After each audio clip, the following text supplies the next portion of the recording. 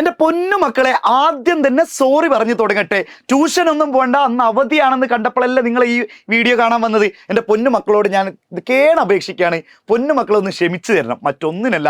ഇപ്പം നിങ്ങൾക്ക് ദേഷ്യം ഉണ്ടാവും, ഈ ചങ്ങ ഇത് എന്ത് തേങ്ങാക്കൊലക്കാണ് ഇങ്ങനെയൊക്കെ തമ്പ് കൊടുത്തിട്ടുള്ളത്, ഞങ്ങൾ ഇങ്ങനെ ആണെങ്കിൽ ഓട്ടി ഇങ്ങനെ വരുമോ, അങ്ങനെയൊക്കെ തോന്നുന്നുണ്ടാവും. എടാ, ആദ്യം നമ്മൾ പറയുന്ന പോലെ പണ്ടുള്ളവരുടെ ഒരു പഴഞ്ചൊല്ലുണ്ട്, നെല്ലിക്ക പോലെയാണ് ചിലരുടെ വാക്കെന്ന് പറഞ്ഞത്, ആദ്യം കഴിക്കും പിന്നെ മധുരിക്കും എന്ന് പറഞ്ഞ പോലെ തന്നെ. എടാ, ഇവിടെ നിങ്ങൾ വന്ന ഓണം എക്സാമിന് നിങ്ങൾക്ക് ഫുൾ മാർക്ക് വാങ്ങാൻ വേണ്ടിയിട്ട് ഹിന്ദിയിൽ ഇവർ രണ്ടുപേരും സഹായിക്കും. ഈ വരുന്ന ഞായറാഴ്ച കൃത്യം 9:30 മെഗാ മാരത്തോണാണ്. ഹിന്ദിയിൽ ഇനി ഒരു സംശയം ഉണ്ടാവില്ല, ഇവർ രണ്ടാളും ലീവ് എടുത്ത്, അന്ന് സൺഡേ ആണല്ലോ, സ്വാഭാവികമായിട്ട് ഇവർക്കും ഫാമിലി ലൈഫും കാര്യങ്ങളൊക്കെ ഉണ്ടാവും. പക്ഷെ ഇവർ പറഞ്ഞത് ഇല്ല, ഓണം എക്സാം കഴിയുന്നത് വരെ ഇനിയിപ്പോൾ സൺഡേകളാവട്ടെ സാറ്റർഡേ ആവട്ടെ എന്താണെങ്കിലും ഞങ്ങൾ റെഡിയാണ്.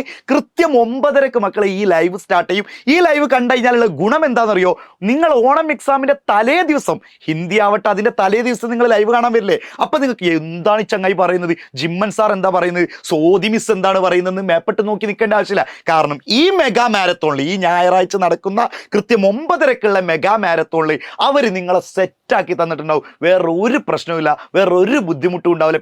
പിന്നെ തലേ ദിവസം നിങ്ങൾ ജസ്റ്റ് ഇങ്ങനെ ലൈവ് ഇങ്ങനെ വരെ കൂടെ ഇങ്ങനെ ആടിപ്പാടി കണ്ടുപോയാൽ മതി. അപ്പം മക്കളെ, നിങ്ങളുടെ ഫ്രണ്ട്സിനോടൊക്കെ പറയണം, എന്തെങ്കിലുമൊക്കെ പരിപാടികളുണ്ടെങ്കിൽ മാറ്റി വെച്ചോളൂ. ഇനി അർജന്റ് പരിപാടികളുണ്ടെങ്കിൽ ആ ലൈവ് പിന്നെയും കാണണം. പക്ഷേ എൻ്റെ അഭിപ്രായത്തിൽ മാക്സിമം പരിപാടികൾ ഓണപ്പരീക്ഷ കഴിയുന്നത് വരെ മക്കളെ മാറ്റി വെച്ചോളൂ. അപ്പം നിങ്ങളെ കൂടെ ഞങ്ങൾ കട്ടക്ക് തന്നെ ഉണ്ട്, മറക്കണ്ട. ഈ വരുന്ന ഞായറാഴ്ച 9:30 മെഗാ ചിമ്മൻ സാറും സോദി മിസ്സും നിങ്ങളെ അടുത്തേക്ക് എത്തും. സെറ്റാക്കണം, അടിപൊളിയാക്കണം. Thank U.